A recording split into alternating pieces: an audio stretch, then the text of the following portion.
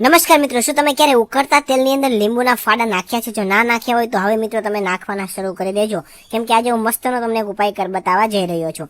તો તમારે મિત્રો એક વાસણની અંદર તેલ ગરમ કરવા માટે મૂકવાનું છે અને મિત્રો તેલ એકદમ ગરમ થઈ જાય, ઉકળવા લાગે ત્યારબાદ તમારે તેની અંદર લીંબુના ફાડા કરીને નાખવાના છે. તો મિત્રો 5-6 લીંબુના ફાડા કરીને તમારે તેલમાં નાખવાના છે અને ત્યારબાદ 5 મિનિટ સુધી તમારે આ લીંબુના ફાડાને તેલની અંદર તળવા દેવાના છે. હવે મિત્રો એકદમ લીંબુના ફાડા તળાઈ જાય ત્યાં સુધીમાં તમારું નામ અને તમારા ગામનું નામ કોમેન્ટ કરીને જણાવી દો, જેથી કરીને અમે તમને સ્પેશિયલ થેન્ક્સ કહી શકીએ. તો મિત્રો લાસ્ટ વિડીયોનું સ્પેશિયલ થેન્ક્સ બાબુભાઈ ભથવારને જમાલપુરથી, રામભાઈ ચાવડાને જામનગરથી, કુંદનબેન સુથારને ઉમરેઠથી, જયાબેન ગોહેલને વડોદરાથી, ચુનીભાઈ ફળદુને શાહપુર સોરઠથી, ચંદનબેન મચ્છીને સોનીપુરથી, વીણાબેન ચાવડાને ગાંધીનગરથી, દીપિકાબેન પટેલને અંકલેશ્વરથી, ભારતીબેન ચટવાણીને મોરબીથી અને રાજેશભાઈ પાંડેને રાજકોટથી થાય છે. તો મિત્રો તમે જોઈ શકો છો કે એકદમ વ્યવસ્થિત જે લીંબુના ફાડા છે એ તેલની અંદર ઉકળી રહ્યા છે અને વ્યવસ્થિત ઉકળવા લાગ્યા છે. તો હવે મિત્રો તમને એમ લાગે કે 5 મિનિટ સુધી તેલ લીંબુના ફાડા ઉકળી ગયા છે, તો તમારે હવે મિત્રો આગળ વધીએ. તો હવે જેની મિત્રો તમારે હવે તેમાં એક ડુંગળીનું કટિંગ કરીને તમારે નાખવાનું છે. આ જે લીંબુના ફાડા ઉકળે છે તેમાં તમારે ડુંગળીનું કટિંગ નાખવાનું છે. ત્યારબાદ એક ટમેટાનું મોટું કટિંગ કરીને તમારે નાખવાનું છે અને ચમચાની મદદથી તમારે હલાવતું રહેવાનું છે.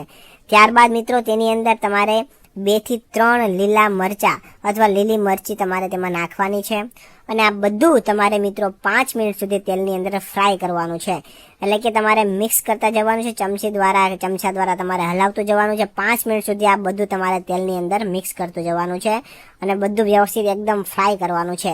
હવે તમને એમ લાગે કે બધું વ્યવસ્થિત એકદમ ફ્રાય થઈ ગયું છે ત્યારે તમારે મિત્રો ગેસ બંધ કરી દેવાનો છે અને આ બધી વસ્તુ છે એને તમારે મિત્રો બીજા વાસણની અંદર કાઢી લેવાની છે. એટલે કે તેલ તમારે અલગ કરી નાખવાનું છે, બાકીનો બધી વસ્તુ છે એને તમારે અલગ વાસણમાં લેવાની છે. ત્યારબાદ મિક્સર હોય એની જારની અંદર તમારે આ બધી વસ્તુ નાખી દેવાની છે અને એકદમ વ્યવસ્થિત મિક્સરની અંદર નાખીને તમારે પીસી નાખવાનું છે. મતલબ કે તમારે ગ્રેવી જેવું બનાવી દેવાનું છે મિત્રો. અને હવે તમે જોઈ શકો છો એકદમ વ્યવસ્થિત પેસ્ટ જેવું બનીને તૈયાર થઈ ગયું છે. મિત્રો આ જે પેસ્ટ બનેલી છે એ એકદમ 1 નંબર ચટણી બનીને તૈયાર થઈ ગઈ છે. મિત્રો આ ચટણી મોટી હોટલોમાં બનાવવામાં આવતી હોય છે આ રેસીપી ચટણીની, પરંતુ આપને ખબર નથી હોતી. તો મિત્રો આમાંથી મસ્તની મોટી હોટલની અંદર જે ચટણી આપવામાં આવે છે એ બનીને તૈયાર થઈ ગઈ છે. તો તમે મિત્રો એકવાર ઘરે અવશ્ય ટ્રાય કરજો. જો તમને મિત્રો અમારો આ વિડીયો પસંદ આવ્યો હોય તો વિડીયોને લાઇક કરી દેજો, શેર કરી દેજો અને આવા જ નવા વિડીયો જોવા માટે આપણા ફેસબુક પેજને ફોલો કરી દેજો અને આપણી યુટ્યુબ ચેનલને પણ તમે સબસ્ક્રાઈબ કરી દેજો. ધન્યવાદ.